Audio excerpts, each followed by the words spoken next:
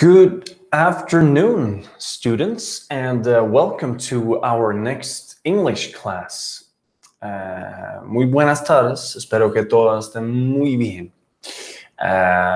Good job on the previous activities. I'm still waiting for some of you to send some activities, but in general, very good. Today is Wednesday, and we are going to start with the Model 3. El módulo 3 empieza hoy día, el 24 de octubre. And this is the last model. Es la última. So I would like to say that it's been a pleasure to have you guys as my students. I really hope that you have learned something as well. I know that sometimes everything just feels like it's profe, no entiendo nada. But I think poco a poco, it's like semillas, like árboles que creen. Yo creo. Anyways, vamos a clase. Vamos a ver lo que vamos a hacer hoy. Entonces, I will deactivate my camera like that. And I will share my screen. Compartir pantalla. Entonces, ustedes van a poder ver lo que yo veo. Okay. So, let's go to the presentation here. Entonces, like I said, English 5 and Model 3. My name is Tobias, and it's October 24th, 2018. So, ¿qué vamos a hacer hoy? We're going to have an introduction of Model 3. Then we're going to talk about the grammar that you need for this module. And then I'm going to present the activities. Model 3 is called the ideal operating system.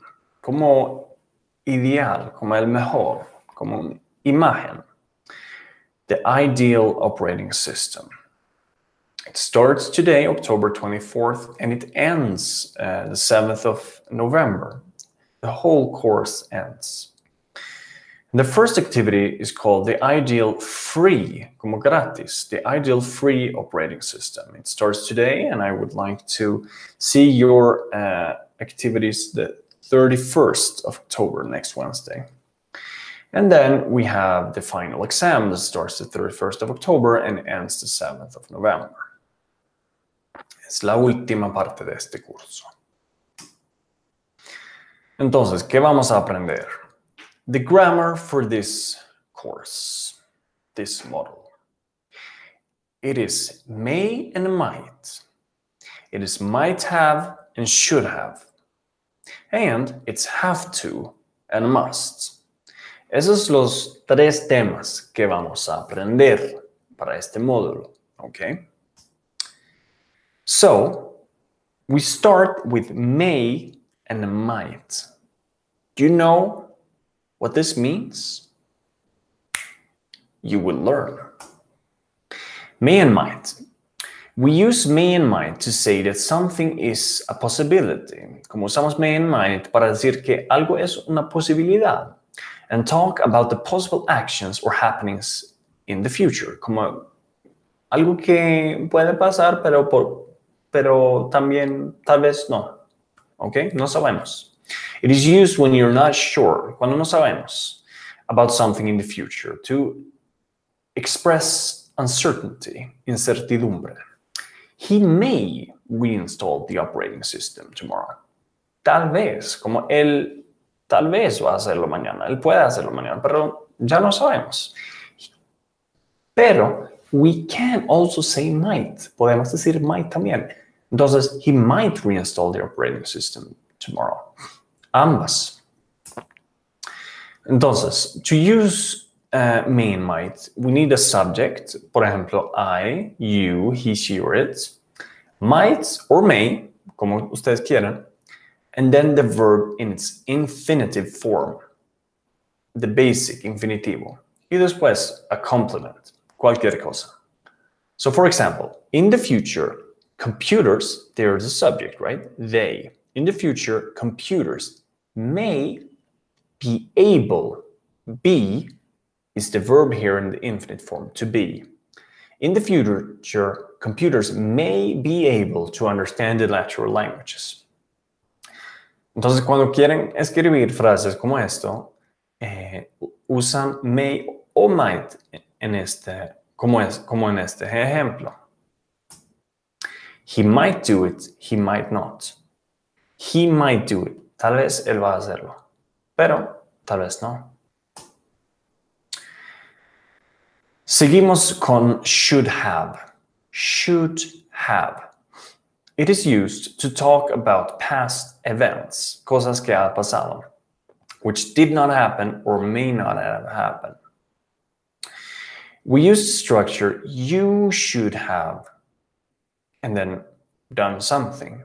When we want to say that you didn't do it, you did not do it, no lo hiciste, but it would be the right thing to do, pero debes haber hecho. But we use the structure you shouldn't have, you should not have done something when we want to say that you did it, but it would have been the right thing not to do it. ¿Me entienden? Tal vez un poco complicado. Entonces, you should have done it. Como tú debiste haber hecho. Como debes haber hecho. You should have done it. O no, you shouldn't have done it. You should not have done it. Okay? Por ejemplo, he should have helped her. Él debería haberla ayudado. Okay? He should have helped her. Yes. So, let's continue to have to and must. Son obligaciones. You have to. Tienes que. You must. You tienes que hacerlo. We use have to when we want to say that someone is obliged to do. Como cuando es obligatorio para alguien. The speaker is not giving his own opinion. The subject of the sentence is obligated to act or to do something by an external power. It is not the subject's idea, it's imposed from outside. ¿Qué significa esto? This says that we use have to say that someone has to do something. Like, usted tiene que hacerlo. But we use have to cuando no es mi opinión, pero es algo external. Por ejemplo, para el trabajo, para el ley, para el gobierno, usted tiene que hacerlo. No es mi opinión, pero es algo external, okay? And we use don't have to when we want to say that there's no obligation to do something. We don't need to do that, okay? We do not have to significa no tenemos que hacerlo. So here's an example. We use I, you, we, they have to or don't have to. And then he, she, it has to or doesn't have to. So for example, she has to work. We have to work. Okay? They have to. It has to. Bueno. Must. You must do it. Es necesario que tú lo haces. You must do it. The meaning of must is very similar to have to. Es muy similar el significativo. We use it to express an obligation, but it's probably based on the speaker's opinion. En este caso, depende de la opinión de la persona que está hablando. You can use must when you want to give your own opinion. For example, to say what you think is necessary or to recommend someone to do something. Entonces, usamos must cuando es la opinión de nosotros. Por ejemplo, you must clean your room. La mamá dijo a su hijo, tú tienes que limpiar tu cuarto. Esa es la opinión de mamá. Pero you have to go to school. tienes que ir a la escuela. Esta es no la opinión del mamá, es como del gobierno, es la ley. Niños tienen que ir a la escuela. ¿Me entienden? Más cuando es opinión de la persona que está hablando, have to, cuando es una obligación de la sociedad, de la ley, del externar poderes. ¿Ok?